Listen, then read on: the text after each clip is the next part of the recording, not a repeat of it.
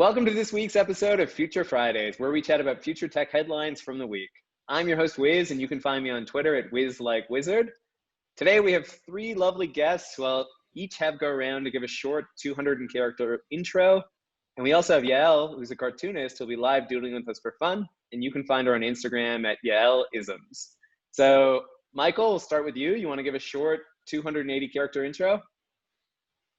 Yeah, my name's Michael. I'm calling in from my childhood bedroom. This is my baby photo behind me. And I work as a venture fellow for Harlem Capital. We invest in diverse founders, seed and Series A. Amazing. Daniel, you want to go next? Yeah, my name's Daniel Oberhaus. I am a staff writer at Wired Magazine, where I cover the future of energy and space exploration. Nice. And last but not least, Soren. Hey everyone, my name's Soren. I work at Betaworks Ventures in Camp. We invest in pre-seed and seed stage companies in the consumer and new media and frontier tech space. I'm a big fan of tacos, basketball, and music. Awesome. Before we get started today, I just wanted to share that all the headlines we're going to chat about today come from a newsletter I work on called This Week in Creative Technology. Each week we share 30 headlines that range from sort of current tech to more emerging tech to crazy future tech. So for anyone watching, you can sign up at bit.ly/join Future Fridays. So we'll kick today off with a game. This round is called Real or Fake, and it's going to be worth 5 points. There's going to be a prize at the end for the winner, so I'll be keeping score as we go along. So here we've got 3 headlines, 2 of which are real and 1 of which is fake. So the job for you all is to guess which one is fake. So number 1 is someone made a perfume that smells like outer space. Number 2 is Elon Musk gifts Grimes robot nanny for, and I've got a note from my producer here on how to pronounce this, X-A12, Elon's new child. And number 3, the Segway's inventor has a new project, manufacturing human organs. So we'll do rock, paper, scissors, shoot, and then just shoot 1 to 3, whichever one you think is the fake headline. So hands up. Rock, paper, scissors, shoot, and then just hold them up. So we got 3, 3, and 2. The fake headline is in fact the Elon one, so that is 5 points for Daniel. Yeah, actually I was reading about the Segway one. It's quite interesting. I didn't realize that the Segway founder has had such success post Segway. He basically runs a DoD sponsored research lab right now. They got an $80 million grant from the DoD, but also an additional $220 million funding from other sources. So a total $300 million of funding. And they're building devices to manufacture organs. Basically, the DoD is saying there's lots of veterans that need new body parts. And in the future, there will be a world where we'll be able to just 3D print those. And that's what he's working on. It's super interesting. Cool, so we'll move on to the first headline of today. So this one is AI robot cast in lead role of $70 million sci-fi film. So what this headline is about is a movie that has already started production in which they've cast an AI robot. The robot was created by a pair of Japanese scientists. Her name is Erica, and she was built in part of their studies on robotics. They taught her how to act by applying principles of method acting to artificial intelligence. And they've trained her through a number of different scenarios using one-on-one sessions. So things like feelings, character development, and body language. I mean, this is what the article says. I don't know what this actually looks like in practice, but it sounds pretty crazy. It sounds like Ex Machina. But she's now been cast in a $70 million sci-fi film, and it's backed by producers who have produced Oscar-nominated films like Loving Vincent, so it's not some like crazy garage production. The film is called B, and it follows a scientist who discovers dangers associated with a program he created to perfect human DNA. And he helps Erica, who's an artificially intelligent woman that he designed, escape. So, I mean, we've seen lots of viral videos about all kinds of crazy robots, most notably the Boston Dynamic dogs. We've seen robots being more and more involved in different areas of our lives, especially for people like us who pay attention to crazy things happening in the future. Question to you all. I mean, we've already seen things like CGI characters in the entertainment industry. Is this just an extension from that? Will we see robots becoming successful entertainers, not only in movies, but in other forms of entertainment in the future? What do you all think? I want to watch a clip. I want to see what the robot actually does, right? Like, is it moving around, or does the robot move from scene to scene, and then it's like a puppet, mouth kind of moving up and down? But it reminds me of it. I mean, it reminds me, I think, of deepfakes a lot, because I think there is a lot of growth in the deepfake industry and trying to, create images and media and video that can apply to really unique and specific audiences with the same base images or the same base faces, which I think is maybe a step up from this, which is just kind of a robot. But I thought it was interesting. I mean, I'm not sure how good the film will be.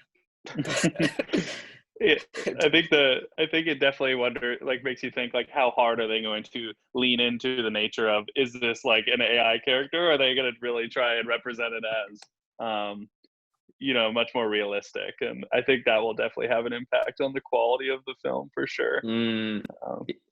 But I think, we're already seeing evidence, right, of things like Little Michaela kind of garnering large audiences, and there's some novelty with respect to that all, but I do think that is a shallow form of entertainer, and that it's an influencer taking photos and they're telling stories through that influencer or person.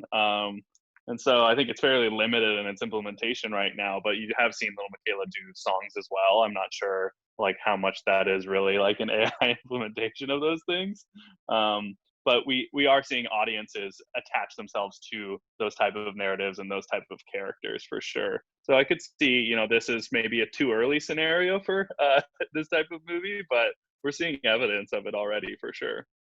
Yeah, I feel like this is probably more like, this feels more like a gimmick. And like, I think like with robotics, so much of their application determines, or their function determines their application. And so like you had mentioned Boston Dynamics, Wiz, and like, a couple of years ago they were tipping over and it was, made for hilarious YouTube fodder. And now it can like outperform me on a, gymnast bar, which like, to me, when I think about that, I'm like, okay, in Hollywood, I think the stunt double might go away. We might just have robots doing these crazy stunts now. But as far as like, why would you prefer ever a robot actor, unless it's playing, I guess in this case, a robot in the film?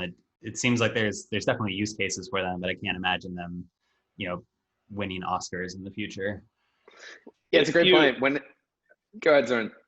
I was just going to say, like, if you extrapolate, like, let's say 20 years right now, I think something that Disney has figured out really well is that, like, they find a character that someone really loves, and then they just juice the hell out of it, right? And they produce a ton of content around that character. And so, like, Iron Man, for example, would be a good one. Or I don't know if Disney produces Iron Man, but the example is, right, is that people find characters that they love, and they produce so much content around that. And I wonder, right, if like this is the start to building like infrastructural tech around how can we take like a Tom Hanks or style like actual actor and be able to use him in the future as like his actual real life lifespan kind of like runs out, sadly, and they can continue to create stories around that character because people love Tom Hanks. And so I'm excited about that. There's this great BoJack Horseman episode where like BoJack disappears for a few months and then they make the film with like an AI BoJack, and the AI everyone thinks it's the real BoJack, right? And AI BoJack goes on and wins all these awards. I guess I should have said spoiler alert. I'm sorry if you haven't watched the show. Anyways, long story short, like you can imagine, like if this robot is really like a great actor, like should it win an Oscar, right? Maybe should it win a Golden Globe?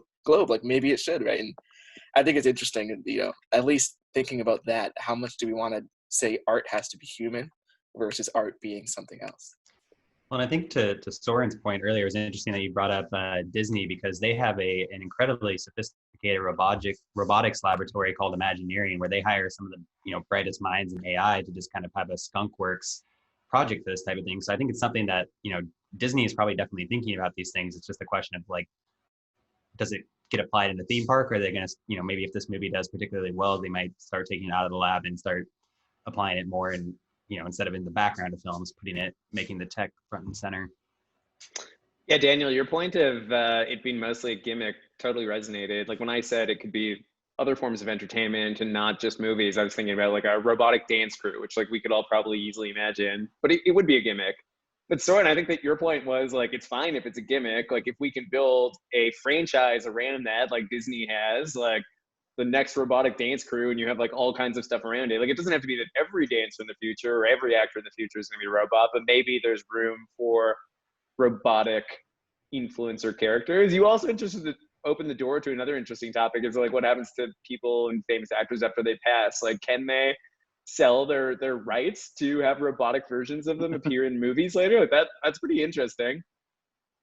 Yeah, it's a weird question because it's like, okay, I'm Tom Hanks and I just died, and I hate to use Tom Hanks over and over and here again, but like I'll just I don't know why he's on top of mind right now, but like I'm his family and I get perpetuity or like perpetual like royalties on the use of his AI character. That's a pretty impressive asset to build up as a person.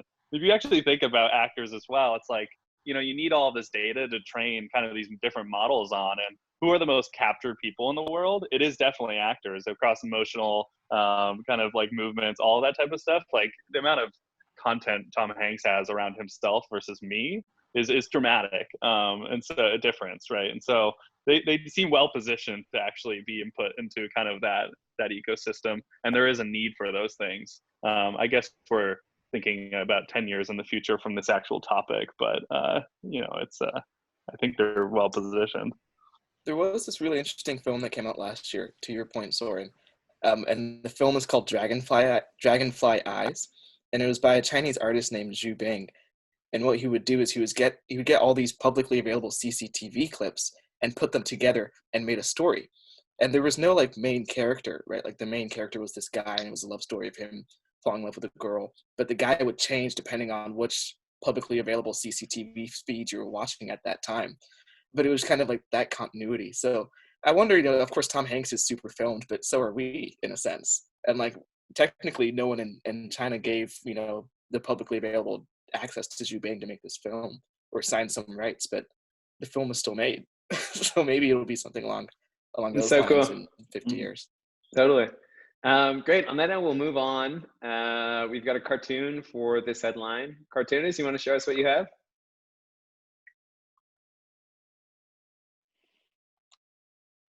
So here's, I also had the same idea that's supposed to be Brad Pitt, but people outsourcing and replacing him. How funny it would be for him to see himself in a film and be like, wait. And then what else is there? I kind of just thought of like robotic acting. Different scene on set. Just being compared to robot actors. Would be kind of harsh. And then lastly,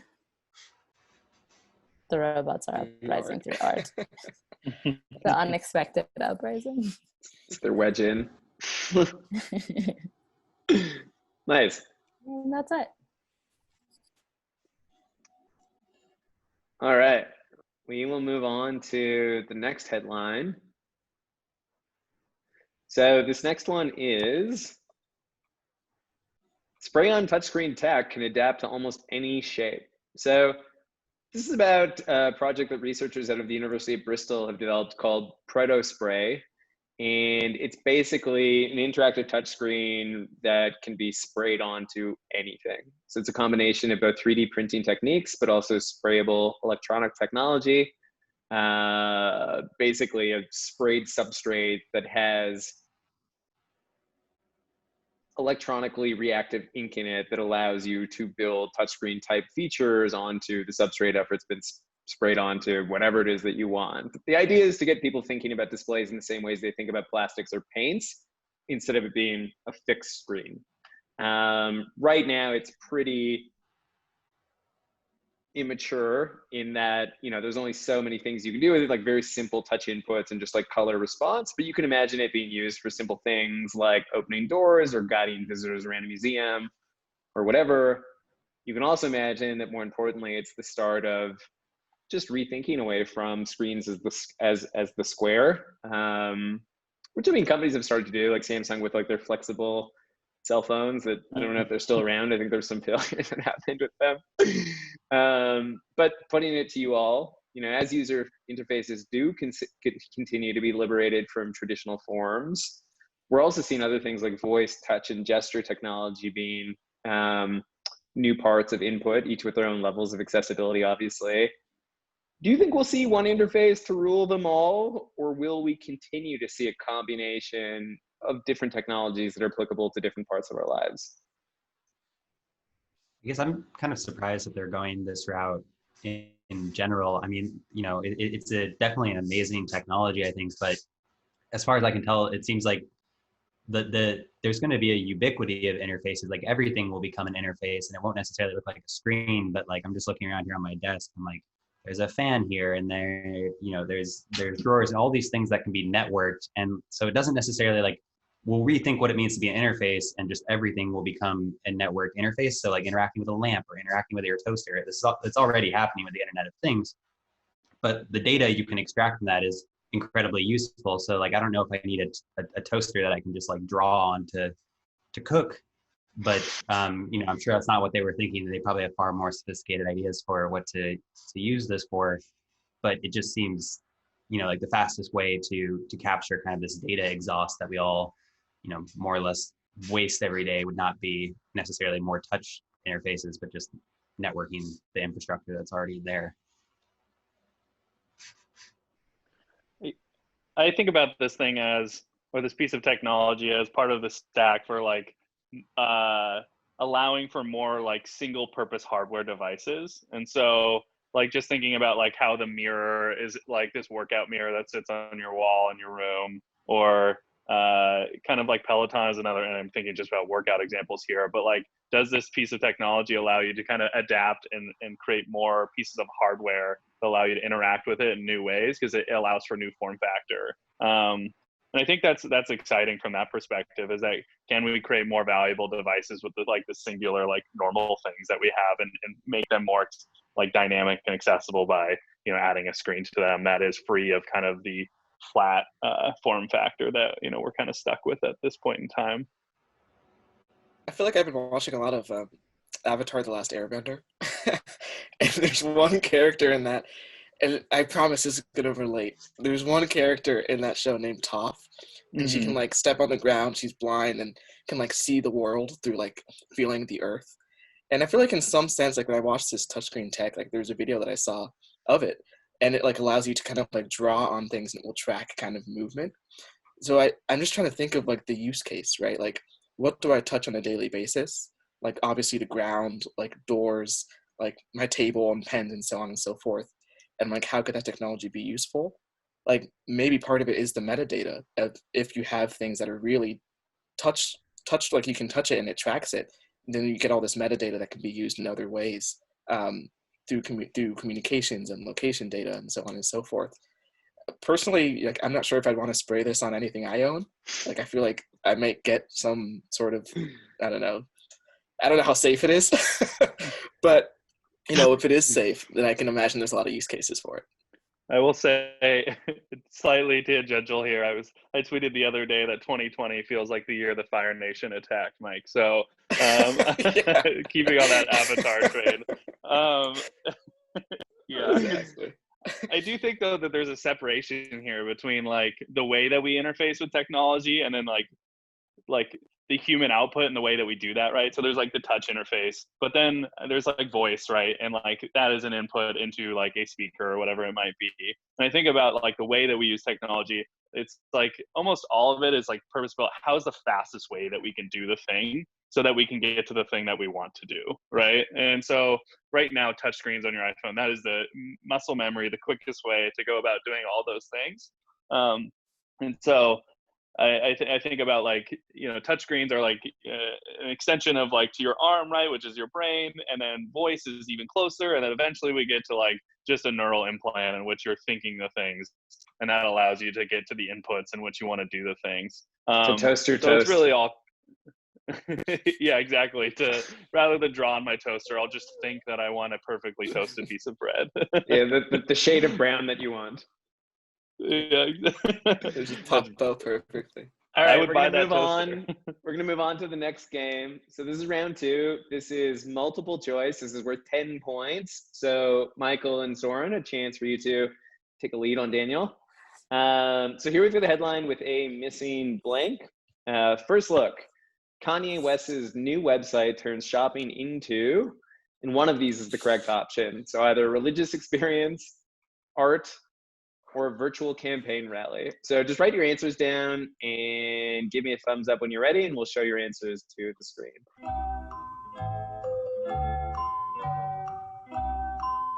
Daniel, you ready as well? Yeah, I'm ready. All right, so just show your answers to the screen.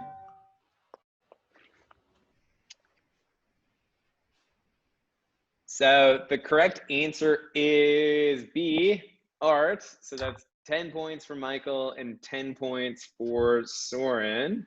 So this headline is about, well, as the headline completes, it's a new shopping experience that Kanye West is unveiling as part of Yeezy Supply, which is a website that features his collection of shoes, clothes, and accessories, and maybe soon presidential accessories too. So basically, you'll be able to pick out an outfit, put it onto a 3D model, which will look like video game avatars, and walk across the screen. You can also do things like find out more about the models, like their favorite food or significant life experience they may have had.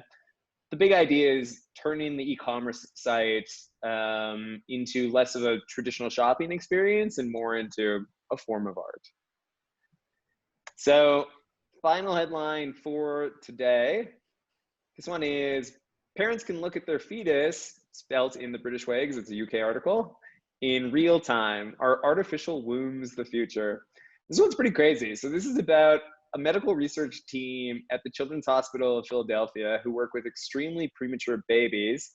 They've developed this new device called the Biobag. And the idea is giving premature babies an even greater chance of survival than ever before. They first released the first version of this in 2017, in which they used it to finish the gestation period for a sheep outside of the body, a lamb, I guess. Basically, the Biobag acts like a womb. It's filled with lab-made placenta. It has different components of it that mimic the things that are important in a womb to keep a baby growing and alive. If you look at the picture of it on the article, it looks like, and you see the one of the baby lamb or the lamb fetus, it kind of looks like a sous vide bag, which is very weird. But obviously a lot of interesting things at play here. I mean, for some women, there are lifelong complications that follow pregnancy and birth. Could out-of-body gestation be the answer? I mean, this isn't a full gestation period. This is just taken from the mother's womb prematurely and then continues to develop in the biobag for the rest of the term. You can imagine a world in which start to finish it's in the biobag. Surrogacy today is a popular choice for those who can't carry a child. So let me put it out to all of you. Is there a future where we pick up our procreations like genetic takeout of the future, or is this just a Matrix style fantasy? Wish they would have picked a different name other than Biobag. It doesn't really like instill, like, feels like something out of a bad sci-fi. I mean, this is Brave New World though, right? Like they had the hatchery. This is exactly what they were talking about 100 years ago. I mean, I think it's a little less ominous when it's, you know, the idea of bringing a child to term who might have otherwise suffered from lifelong debilitations. Yeah, I think that that's moving in a positive direction, whether or not we want to go the entire way and just from gestation to birth. That seems dangerous just because of the value of having a, I guess, the connection between the mother and the child that occurs in the womb. Mm. I do think a little bit about like nature versus nurture here, and like if you are doing full gestation with, you know, your child and some bio bag, right? Like what are the consequences of that, and like your relationship with your child, right? That's the classic argument is like, are you born with all the things, or are you born because, or are you the way you are because of the way you were raised? And Obviously being in the womb is like a big, like really big part of someone's life. And so I wonder, like, how does that change the dynamic of nature versus nurture and like those questions around that? And I don't know if we have the answers to nature versus nurture just yet. And so it looks like we're skipping a couple steps here.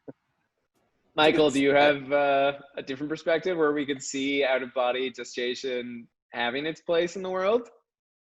Well, yeah, I was about to say, I mean, I think in the article it mentions like this isn't necessarily new. Like they can't even patent it. I love the phrase. It was like, "It's not patentable," Kemp says with an exasperated sigh, as if he's like sad that he can't patent it. But he's like, this has been in the public domain since 1958, right? So, I mean, I guess it's the future, but it's also in some sense the past. Like people have been thinking about this for a time. It doesn't help though that the article's photo is like, it seems like a baby's trying to like escape, like it's like poking the screen. It's like, let me out with fog, and it's kind of ominous and scary. But I think, I mean, my sister's an OBGYN, and she works a lot with, with babies, and especially with babies who were born, before they're supposed to be born. And from her perspective, she mentioned that this could save lives. And if you think of a technology that could save lives, what else do you need? So of course there's a debate, of quality ethics and nature versus nurture, but if it gives more people the chance to live, then perhaps it's worth it. Yeah, I think we're gonna have a lot of complicated questions to ask about the intersection of technology and childbirth to ask in the future, especially with as we come to understand genetics better. But I'm not sure that this is like this seems relatively uncontroversial, at least for now, compared to say something like genetic engineering and what altering a fetus. Yeah, because we haven't gotten to Gattaca stage yet, which is like that movie from the 90s. But once we do, I'm sure it'll be a lot more debates. Yet. Any final thoughts before we move on to our final cartoon of the day?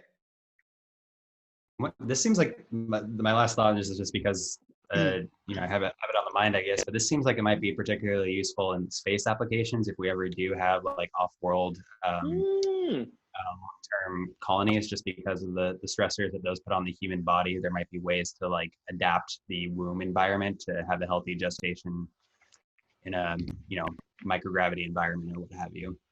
This is SpaceX's next product line. Yeah, what's that movie where it's one of the 1,000 movies about space that came out recently where they were sent off to colonize a new and they had all of the the embryos in that big. It's just that makes a ton of sense in that context, and there is definitely it's a wild thought. It's a quicker way to colonize Mars. Yeah, just thousands of biobags. Oh my gosh, creepy thought. All right, we'll move on to something a little more lighthearted. Cartoonist, let's see what you have from space as well. Your background from space, yeah. So yeah, I thought about just all the photo ops. Just gross photos. What else? All of them. Oh my gosh.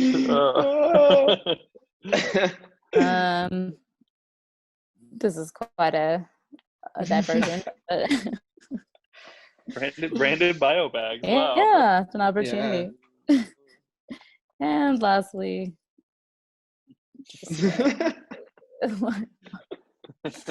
and that's it. I love that. Those are great. Thanks. Okay. Awesome. We will move on to the final game of today. We'll end on a game. This is round 3. This is worth 10 points. So Daniel, your chance to reclaim the lead. So this game is called Fill in the Blank. It's a riff on Quiplash. What we're looking for here is no longer correct answers. We're just looking for funny answers or weird answers. So what we have here is a real headline with a blank. And the job for all of you is just to come up with something outrageously funny. So it'll be 10 points for any outrageously funny answers. And if you are super keen and happen to know the correct answer, it'll be 5 additional points. So this floating blank farm could be the future of farming. I'll give you all about 30 seconds to come up with your best aha.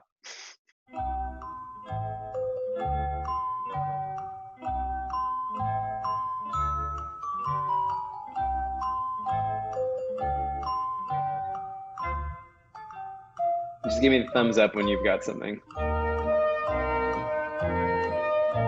don't think it's hilariously funny, as you said, but I think it's okay. All right, we'll just wait for Soren and Daniel to finish, and then we'll go through them. All right, cool. Let's just show them what we. This is actually more fun when you go one by one, and then we can read them out and get a chance to laugh at each of them. Anyone want to volunteer to go first? I'll set the bar low. I'll start. So it's because we were talking about Kanye West and we were talking about growing fetuses, so I said this floating Kanye farm could be the future farming. It's a good one. I like that. Yeah, hundreds of floating Kanyes. That's interesting. Soren, I want the old Kanye. Next? Yeah, sure. So I went with Impala because Impala farms are very inconsequential. So yeah, they're definitely the future. Nice. Daniel, last but not least. I went with we got a floating fish farm. I'm not sure what else you would put on a floating farm other than fish. All right. I like the Kanye answer. So Michael, I will give you 10 points, which gives you a total of 20 and makes you our winner for today. Well done. Thank you, Kanye. So the correct answer is Kanye wins again. Chicken farm. So Soren and Daniel, you actually weren't too far off from the correct answer. So this is it's not real. It's a prototype research exploration on what a floating chicken farm could look like. The idea is that it could help cut down on the industry's ecological footprint. There was a bit of a jump there for me. I was like, wait, by just like putting it in the ocean, like, does that make it better or does it just move it elsewhere? But the idea is that you could have these floating poultry farms that have room for 7,000 hens, which is actually a lot. And underneath, they would have an LED garden. The floating farms would also feature factories where they would process the chickens right there in the floating plant. And the submerged plant would help keep a consistent temperature through recirculating the air and converting the chicken manure into fertilizer. And the farm would also feature solar cells that would help power the farm. So, I mean, there are some interesting ecological improvements there. I think that in the end, mass farming of animals is probably the bigger demon than just trying to make the farm better. But that's. I was gonna ask: what does this classify as? Organic, farm raised? What is this new way of raising? Yeah, new free range, right? Yeah, free floating. That would be lovely to see on the packages. All right, for everyone watching, here is where you can find all of our wonderful guests from today. And just one more time, all the headlines that we went over today came from This Week in Creative Technology. Feel free to sign up at bit.ly, join Future Fridays. Thank you so much, everyone, for joining today. This was so fun. Really great episode. Yeah, this was awesome. Thank you, everyone. Thanks.